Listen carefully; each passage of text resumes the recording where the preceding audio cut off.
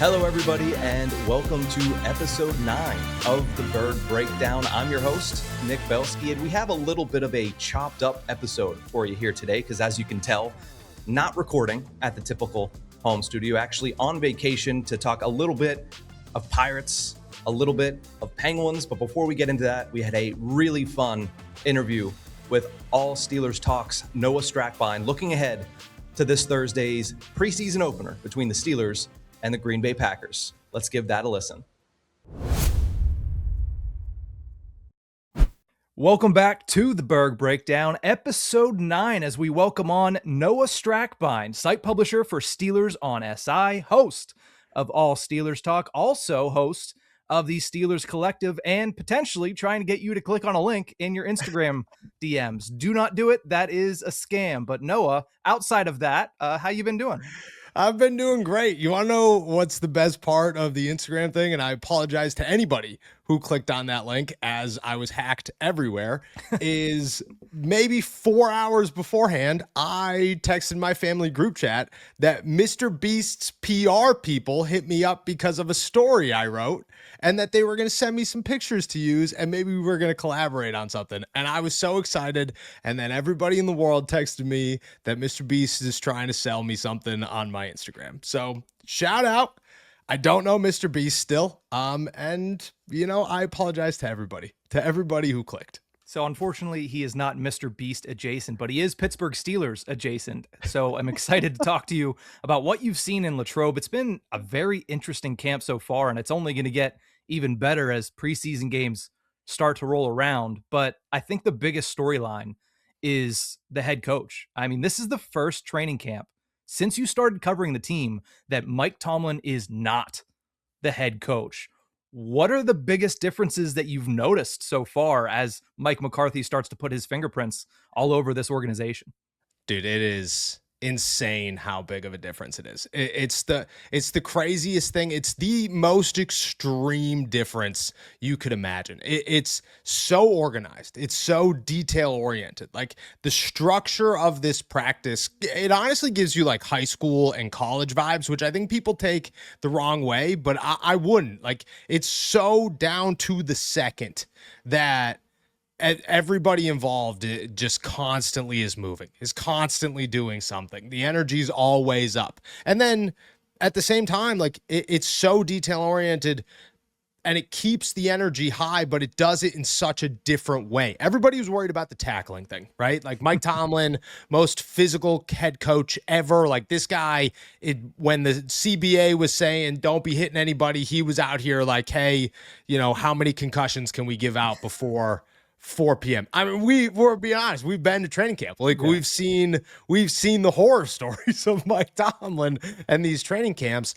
You think immediately when the tackling isn't happening that it's going to be less physical. It's going to be less energy. It's not going to be the same. It is very close. It's not, ground and pound, punch you in the face football that it once was. It's not day one is all about how hard can we hit somebody and how bruised up can we get. Like that's not what the directive is, but it's still defenses are not tackling, but tackling guys. Like, and that's only going to last a matter of time before that gets more and more aggressive. The offensive line is hitting. Jaylen Warren and Rico Dowdle are not afraid to run into you, which is great from running backs. And then Mike McCarthy brings his own energy. He's got these things called mojo moments where they'll play the Sunday Night Football theme song, and then all of a sudden offense versus defense has 5 reps, and whoever wins the majority of those reps wins the mojo moment. And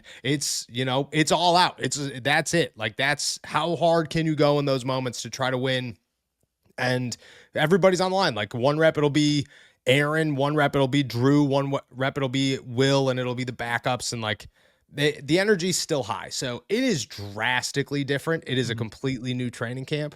At the same time, I think the energy is it's very high. Mike Tomlin's training camps were high energy as well. The vibes are always, how aggressive, how crazy can this practice be, but in a good way. Mhm. McCarthy's in his own way is finding a way to do that. So it's been very impressive, honestly. We're less than 2 weeks in, and we hear people saying, "Oh, this is good, this is bad." I don't think you can tell good or bad No. at this point. It's just different, and I think that doesn't mean it's going to be a good or a bad thing. It just means it's different, and time will tell with the results of what we see play out over the next several months as to whether or not the steps they're taking now is going to be good for the organization, going to be good for the 53 to 90 people that are going to be shuffled through that organization over the next several months. But the one that everybody likes to talk about, and the one that made a little bit of headlines coming into this preseason game, is Aaron Rodgers. Is is he about to play in the preseason? I mean, I didn't have that on my bingo card. So whenever I heard that there was even a thought of him playing in the preseason, I thought I was being hacked. I appreciate that one. That was good. That one was good. Thank you. It's the craziest. You want to talk about the crazy difference between Mike Tomlin and Mike McCarthy? How about the craziness that is Aaron Rodgers potentially playing in a preseason game? Like, what Yeah. are you doing? It doesn't. Is it going to happen? Probably. It probably is going to happen. Like, the Steelers are most likely going to roll Aaron Rodgers out there against Green Bay and have him run the first series so that Mike McCarthy and Aaron Rodgers and the Green Bay Packers organization could get this big last hurrah. We all see it happening. It is the worst idea the Pittsburgh Steelers have, single-handedly.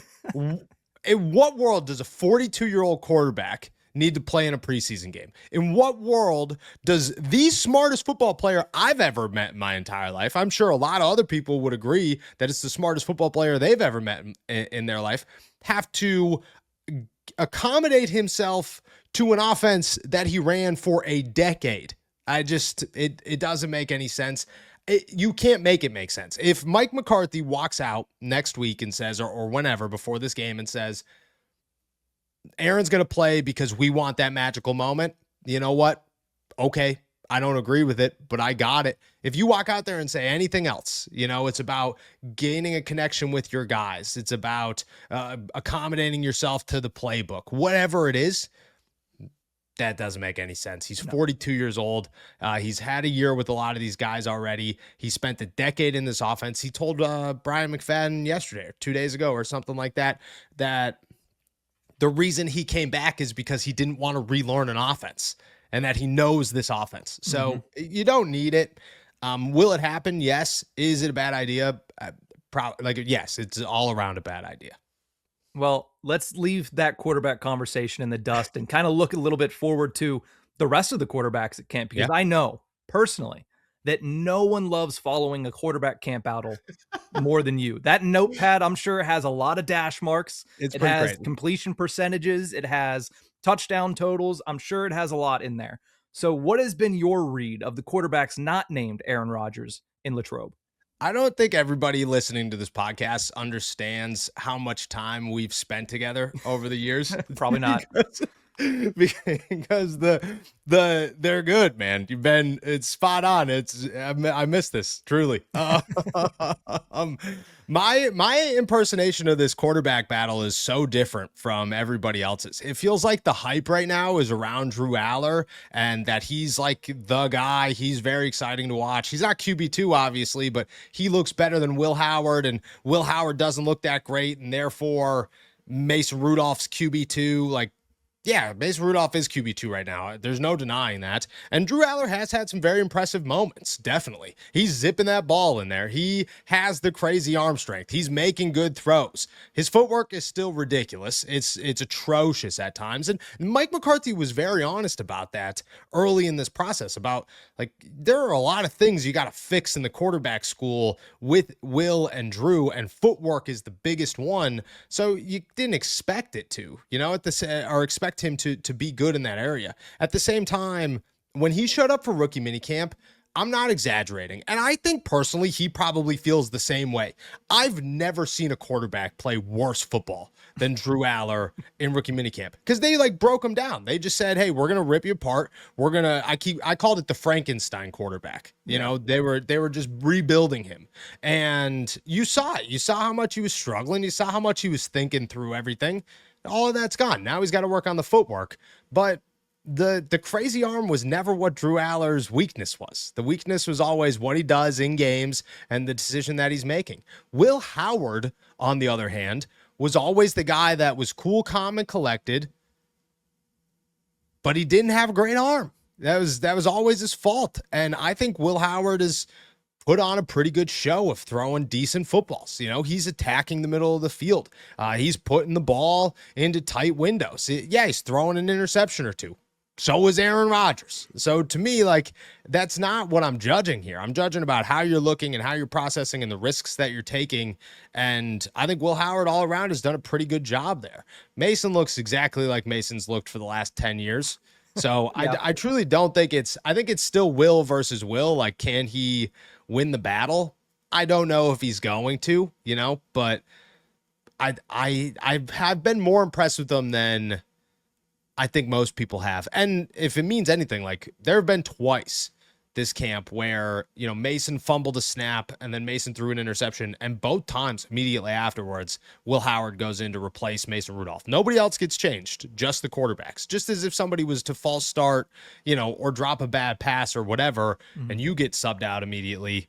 It happened with Mason. So I think he's walking the line a little bit more than we think, but he's still very clearly QB2 on this roster. Now, with that said, and I had all three in this next question, but from what you've said, I think I have heard all I need to hear about Mason Rudolph. But of the other two, Will Howard and Drew Aller, going into this first preseason game, which one are you more intrigued to see against the Packers when those live bullets start to fly? Like, which one of you are like, all right, you know what? I'm keeping an eye on both, but that's the guy that I'm really gonna be zoned in and watching when he's on the field. That's a good question, and I think it's Will Howard. I do. I think Will still got a shot to win this QB2 battle, but I think it gets won in the preseason. Like you got to remember, Mike McCarthy called this guy a potential starting quarterback in the NFL. Like said that he had that. The Steelers have treated him all offseason as if he is like the future. And that's going to change. You know, they're going to go draft somebody next year, most likely. They have Drew Aller. They're going to give Drew Aller a shot. There's no way that they're not. But Will Howard's still a guy that if he impresses, like, why would you not have two? Why do you not want an abundance of quarterbacks? And I think it means more for Will Howard. And to me, Drew's on this team no matter what. Not even to me. Drew's on this team no matter what. Nobody could deny that. It's Will versus Mason. Do they keep 4? Do they keep 3? If they keep 3, is it Mason or is it Will? And Will's got to go out there and win that battle because if he looks bad in the preseason, they're not going to keep him around. They're going to put him on the practice squad. If he looks really, really good, I think then you're starting to talk about how Mason is now QB4 and do you put him on the practice squad? You know, is that how you go about this? So I think it means more for Will. That's why I'm watching more of them. But I mean, we all watched Kenny Pickett and George Pickens to convince us that they were going to the Super Bowl. Yeah. And I would not be surprised if Drew Aller and, you know, Brandon Smith, who's the talk of the town in Latrobe right now, are guys that everybody is raving about on Friday morning. Yeah, and quarterback controversy, quarterback battles are always the headlines. And I'm excited to see what we see over the next 3 weeks because it's probably the most highly anticipated preseason action that the Steelers have had since Kenny Pickett's first preseason, just because Pickett was a first rounder, but now you have 2 young guys that have yet to take a single snap.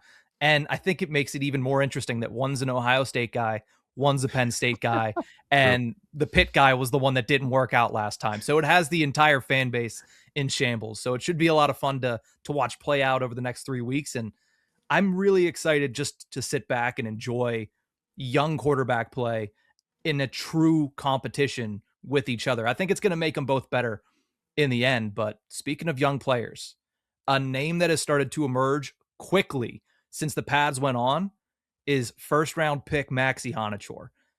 The question that I have is how far behind was he in the coach's eyes when this training camp started? How well does he have to perform on Thursday and as this preseason goes on to surpass both Dylan Cook and Broderick Jones, who is in a little bit of a different situation coming off that neck injury?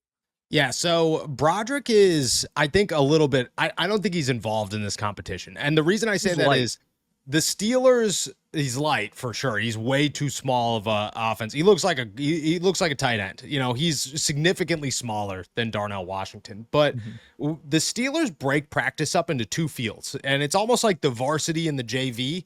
Broderick has spent the entire time on the JV field, the Mhm. entire time. Maxi Ionichor has spent the entire time on the varsity team or on the varsity field, and he's splitting reps at this point with Dylan Cook. Like it's a pretty even split. Now Dylan's always getting the first rep. He's always the first guy out there, but I would say Max is getting more and more, and he's looked so impressive. He's the most impressive guy on the football field since Pat's come on. It's crazy how I think everyone else underestimated him. I don't know if the Steelers did, but I don't know where we got that from. I don't know why everybody jumped on this ship, myself included, but we were wrong. Max looks very good. His hand placement is great. His footwork is great. His strength is ridiculous. You know, it's very impressive. I don't think he was very far behind coming into camp. I think it was a pretty, I don't want to say even battle, but it was one designed to let Max have a real shot to win it. And the way he's looking, I would not be surprised if he starts to overpass Dylan, you know, over the next week or so. If he plays well in the preseason game, I think he immediately surpasses him, depending on how Dylan Cook plays, because Dylan's no chump over here. Like Mhm. he's holding his own. He's looking decent. He's not winning as many reps as Maxi Ionichor. He's also going against TJ Watt and Alex Highsmith more often than Maxi Ionichor is going. So you got to take that into account. But I think it's pretty close. And I think if Max plays well, this is like an even 50-50 split, 100% position battle going into the second preseason game. I love that. Again, it's not like Dylan Cook, and I don't mean to discredit him. He was really good at the end of last season. He stepped up in a big way for the Steelers. This is a guy that has 4 career starts. So Yeah. it's not like the incumbent is an overpowering force in starting lineup. So to hear that the Steelers were at least open to giving Maxi Honichor a true shot is, again, something that we can go back to the first little bit of our conversation, feels a little bit different than what rookies had faced in the past under the previous head coach. But there's one guy, and you and many others have been showing a lot of love to Roman Wilson. What do you need to see starting this Thursday against the Packers to make you believe that this isn't just a practice thing? This isn't just a Latrobe thing, that this is something that he can actually carry over into the regular season? I think he's got to do exactly what he's been doing. And that is honestly nothing flashy. Roman Wilson is not the same guy that he was a year ago. Last year, Roman, everybody wants to keep saying, like, Roman impressed last year. Roman got me last year. Yeah, he did. He got me too. Like, I was hooked on Roman. I thought Roman looked very good at training camp last year. But he looked really good because he was catching 25, 30-yard bombs like every 30 plays. And you were going, all right, that was a big play by Roman. Way to go. And then in the preseason, what did he do? Exactly that. He caught like one very impressive play, and then it was a bunch of the kind of the same thing, but it wasn't consistent. There was no consistency. What we've seen this year in training camp is consistency. Roman's catching pass after pass after pass. He doesn't drop anything at all. I mean, I'm talking, he caught a pass with, and honestly, I think you might have, no, it came on the first day of pads. I was going to say, it might have been the day you were at training camp, but He it did was have a that nice catch Monday. the first day, or the day that I was there, but that was more of a like falling catch deep down the field. I think I know exactly what one you're talking about. And then on Monday, the first day of pads, he jumps up. I'm talking like as high as he could possibly reach. Jack Sawyer right on his back and comes down with a catch. Then he does it again in the end zone later in the day. Now, he didn't get both feet in, but it was impressive to anybody who watched that catch. And that's just, he catches everything. It doesn't matter about what it is or how hard it is. He catches it. And that's what you need. You need Roman Wilson to go out there, catch, I don't know, 4 or 5 footballs for 50, 60 yards. And to me, that's all you need to do. Show Mhm. me and show everybody else that you are wide receiver 3. Wide receiver 3 doesn't need to go for 250 yards. Wide receiver 3 needs to get you 60 yards and a touchdown every once in a while Mhm. to be that guy to take pressure off everybody else. I think that's what I need to see from Roman. And it won't flash, but you'll know leaving the game that Roman was a contributor. And that's what we kind of need to feel. Yeah, the environment around Roman Wilson is entirely different this year. If you Yeah. look at last year, it was not, hey, battling for wide receiver 3. It's, well, somebody needs to be wide receiver 2. Could it be you? Like, could it be you? And it's also year 1 of Aaron Rodgers, who, by all accounts, including Adam Thielen's, is a pretty demanding quarterback when it comes to, hey, you better know your stuff. So Roman Wilson, coming off of a lost rookie season with all of that around him, wasn't able to flourish. And yeah, some people took that against him, and some people are still going to hold it against him and not trust him until he proves them wrong, which is their right. But you look at this year, and like you mentioned, it's wide receiver 3. It's a year under your belt, not just actually playing in the NFL, but playing with Aaron Rodgers.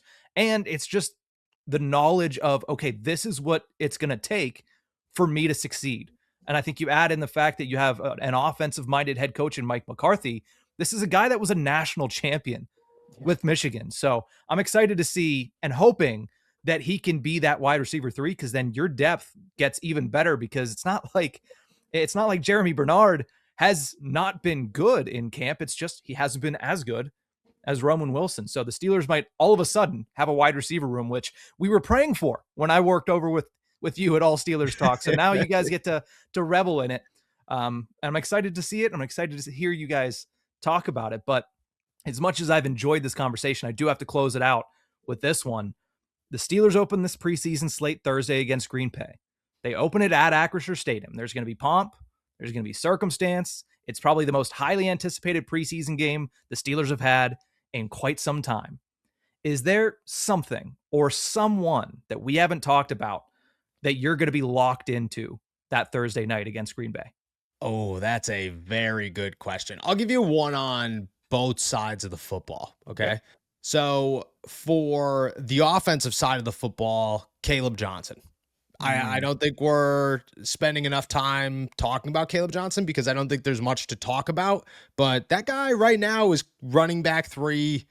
Is he going to stay running back 3? I think Travis Homer's got a good shot to make this roster. I think Eli Heidenreich is pretty outside looking in right now, but if Caleb doesn't play well and he isn't a good running back, I don't know if the Steelers are loyal enough to keep him. So he's one of them for sure. On the defensive side of the football, Asante Samuel Jr. has an opportunity to tell everybody that he is a starting corner, that mhm. he is very, very good, and that he could do this in a game because he has been single-handedly throughout the entirety of training camp. I'm not talking just pads on, and Roman's been impressive. Don't get me wrong. Asante Samuel Jr. is hands down the most impressive guy for the Pittsburgh Steelers at training camp. It is not even close, actually. That guy beats everybody that he's on. He's going to get an opportunity to do it against some big names in Green Bay. Does it happen? Does he look good? I think he is the other guy that, he could be a household name by the end of that game. I think Mhm. that's how good he might be. Selfishly, and it's not because I don't like Caleb Johnson, because I do. I do like Caleb Johnson. I mean, we were talking before the Steelers drafted him. He looks like the prototypical Pittsburgh Steelers running back. It just Oh, yeah. hasn't worked out that way to this point. But after being at training camp, I am hoping that Travis Homer impresses in the preseason, because he's the barefoot beast. I don't know if you've seen his warm-up routine, but Yes. not only did it catch my attention, my wife was locked in. She's like, he didn't have a jersey number on. She's like, we got to pay attention. You got to tell me who this guy is, because his warm up routine looks like he's getting ready to go out there and try to fight off zombies, not go out there and try to play football. So, the barefoot beast, Travis Homer, I'm excited to see what he's going to be able to do in the preseason. I like that as well. I do. And you know what? When you have a team that's filled with the Aaron Rodgers and the Ben Skoronix and the Travis Homers, dude, you can beat a zombie apocalypse. I'm fairly certain Oh, yeah. that is the correct group to do so. So Yeah. we'll see. But yeah, he is another guy that I like Travis Homer, and there's a reason they brought him in. So keep watching for sure. Yeah, and then you can also add on Cam Hayward. He's probably watched enough zombie movies. I mean, the guy's at the theaters every 2 days. Literally every week, like every week. I don't even know how you get invited. I don't even know what theater he's at. He's just at the movie theater all the time. It's just his basement. They send him the poster, and then he just puts How it in a frame, and he's how like, do "Yeah, we I'm at get the on theater." that list? How do we get on that list? I would love to. If you want to send me and then I don't have to go anywhere, that would be the best thing Exactly. ever. Yeah. Yeah, you No. can even have a little watermark in the corner. That's fine. Like getting Spider-Man a couple days early, I would take it. I'll live stream it. Look it. You want me to? I'll just live stream my face. You know what I mean? I'll put some headphones Just on. You don't even reactions. know it. Yeah, just reactions. I don't even watch Spider-Man, but I would do it. I would do it, and people would love it, and it would be fun.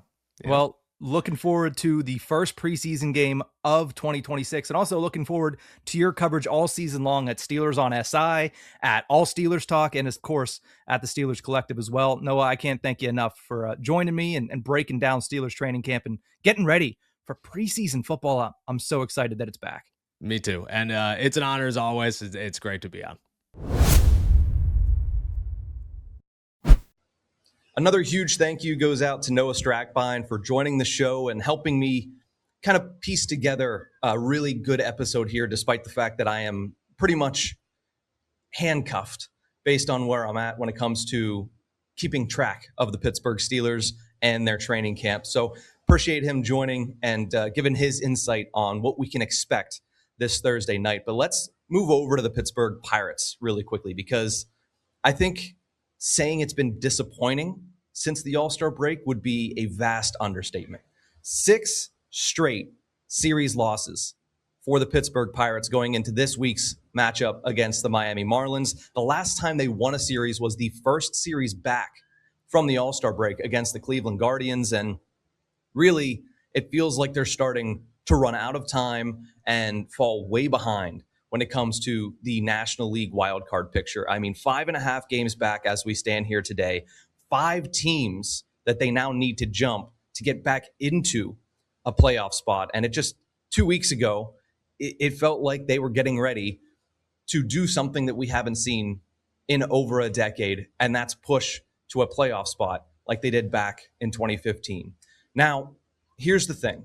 I've seen a lot of people dancing on the grave of the Pittsburgh Pirates saying, well, it's all over. They waited too long, this, that, whatever. It's not over, because there is still 5-6 weeks left in the MLB season, and 5.5 games is not an insurmountable hill to climb, but this Pirates team needs to go on a run to be able to make that a reality.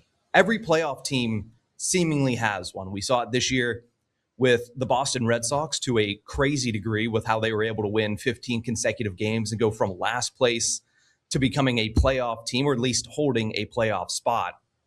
But the Pirates have just seemingly not been able to get that magical run of 6, 7, 8 straight wins. The only time that they've won at least 5 games in a row was all the way back in March and April in the second series of the season, when they won games 2 and 3 against Cincinnati, and then when they had their 3-game series sweep in the home opener against the Baltimore Orioles. So they have to get that magical 3 series in a row where they're able to string together 8, 9, 10 wins, because, well, every playoff team needs it, and that's what they've been missing compared to everybody else in this race. Now, here's the thing. There is a spot in their schedule where you could realistically see them, even the way they're currently playing, have a chance to go on a little bit of a run. And it comes in the first weeks of the month of September. You have a series against the San Francisco Giants at home. You have a series against the Angels at home. And then you have a series against the Chicago White Sox. The Giants are one of the worst teams in the National League. And I understand. We watched the Pirates lose a series to one of the worst teams in the National League last weekend against the New York Mets. But still, you're having a opponent come into town that has struggled and has not been able to play good baseball most of the 2026 season. And then you have 2 American League teams. And I've talked about it on this show before. The Pirates have been very good against the American League. So I look at that stretch as an opportunity for the Pirates to make some serious headway when it comes to the playoff picture. Now, the only problem with this entire thing is you need to have a chance by the time you get there. We still have multiple weeks between now and then when we get to that series. So the Pirates, they need to get back to 500. They need to win series. I mean, they have a couple opportunities here. Some are going to be harder than others, but you look at the series this week against the Marlins, you need to take 2 or 3. The upcoming weekend series against the Boston Red Sox, you need to be able to win that series. A series against the Detroit Tigers, you need to be able to win that series. The Dodgers are going to be tough, regardless of when you play them, regardless of where you play them. But playing them in LA at this time of the year is going to be a tough task, a tall task, if you will. But then you close out the month of August with the San Diego Padres, a team that you're battling for wild card positioning with, and the St. Louis Cardinals, again, a team that you're battling for playoff spots with. You need to be able to take those series, especially the 3 against the teams in the NL wildcard picture, the Cardinals, the Padres, and the Marlins. If they're able to close the gap, currently it stands at 5.5 games. If they're able to close the gap to just 4 games or under, I think that stretch in early September is where you're going to see them have an opportunity to really make some headway. And I think they have the players to do it. Let's be honest, guys. The team on paper is good. I understand that it's not fun to say that right now because they've lost 6 consecutive series, but the way you look at the bullpen, it is much better, miles better than it was before the deadline. The hitting, I believe, can come around. The return of O'Neal Cruz here shortly is going to be a huge boost to that lineup. If you get into the early weeks of September, you'll get Connor Griffin back, and that should help you go on this run where that soft spot in the schedule is in early September. And then there's the starting pitching. To me, that's been the most disappointing thing since the All-Star break. And that can start tonight, turning things around with Paul Skeens, who right now, and it's baffling that I have to say this, is battling to keep his ERA under 4 on the season. That's who I think needs to step up the most. I have faith the hitting will come around. I have faith in this bullpen now. The starting rotation needs to prove why we all expected them to be among the best coming into this MLB season. They have the players. They just need to step up. There is time left, but they are running out of time. They need to start winning series, and then they need to go on that 8, 9, 10-game win streak. It'd be great if they did it in August, and then they could be in a better position going into that soft spot in the schedule. But if they can put themselves within 4 games, I think you could see them make a run for a playoff spot in early September. Welcome back to the Burgh Breakdown, episode 9. Thank you guys so much for tuning into this one as I'm shooting from a remote location on this episode. But I want to close things off with a quick conversation about the Pittsburgh Penguins. Myself and many others have focused on the left side of their defense when it comes to question marks going into the 2026-27 season, and for good reason. But there is another area that I don't think anybody has really talked enough about that has major questions, and that's the penalty kill. Last season, the Pittsburgh Penguins were 6th in the National Hockey League on the man disadvantage, up from 18th in the year prior. A really stellar jump, and I think that was spearheaded by a guy who's coached penalty kill throughout most of his NHL career, and that's Dan Muse, as well as guys like Mike Stothers and guys like Nick Bonino. They were able to turn this group, who was below league average, to a top-tier penalty kill unit in the 25-26 season. The problem is, this offseason, they've already traded away their top penalty killer from last year in Parker Wotherspoon. They also did not re-sign their second highest penalty killing defenseman in Ryan Shea when it comes to ice time in the man disadvantage, and their 4th penalty kill defenseman in Connor Clifton. They also got rid of their second highest ice time accrual in penalty killing forwards in Noah Strackbein. They also didn't backfill. That's the issue. So the question that I have is, who's playing on the penalty kill this season? You need roughly, if not more, 8 to 10 skaters to form a penalty kill unit throughout an entire 82, now 84 game season. So who's left on this team from last year? You still have Connor Dewar, excellent penalty killer. You still have Blake Lizotte, excellent penalty killer. You still have Brian Rust, who can kill penalties. And you still have two guys that had some penalty kill ice time last year in Ben Kindle and Ricard Raquel. So you have 5, but 3 of them, 2 of them definitely in your top 6, and one of them holds a very pivotal role for you as your third line center, maybe even stepping up to second line center this year. And then on defense, the only 2 holdovers that you have that played significant ice time last year on the penalty kill, Erik Karlsson and Chris Letang. Not exactly, I understand, Karlsson was very good on the penalty kill last year. But when that's all that you have coming back, it's going to create a lot of questions. So now we have to look to the new faces. Who's going to kill penalties that has been brought into the organization? Trevor Van Riemsdyk is a solid option. He had 116 minutes of shorthanded ice time last year. But then you look at the other 2 guys that they brought in, and yes, they killed penalties, but they didn't spend a lot of time killing penalties. They weren't among the top options for their previous teams. Declan Carlisle had 47 minutes of shorthanded ice time, and Caden Korzak had just 35 minutes of shorthanded ice time for the Vegas Golden Knights. Forwards-wise, crickets, nothing. Nobody that you brought in is really going to inspire hope when it comes to the penalty kill side of things. So you're either going to rely on top 6 guys like Rust, like Raquel. I will lump Kindle into that. He might sit in a bottom 6 role, but I think he's going to have top 6 importance to this team at 5-on-5. Or you're going to have to rely on younger guys like a Rutger McGroarty, like Avery Hayes. Ville Koivunen just signed that contract. I don't think he's going to be killing penalties. Maybe they do that because last year they proved that even if you don't have a prior track record, they can turn you into a pretty good penalty killer, a la Erik Karlsson. But as we stand here today, this is the offseason.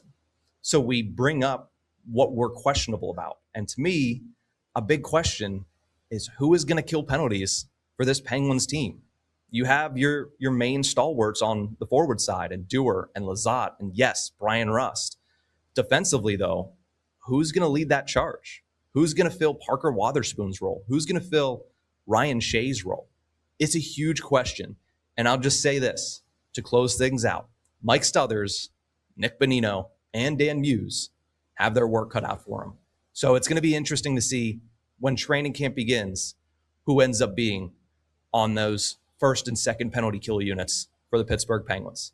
But that's going to do it for this episode of the Burgh Breakdown. Thank you guys so much for tuning in. And again, thank you to Noah Strackbein for joining the show and for giving us his breakdown of what's to come on Thursday between the Steelers and the Green Bay Packers. But that's it for this one. We'll see you guys next time.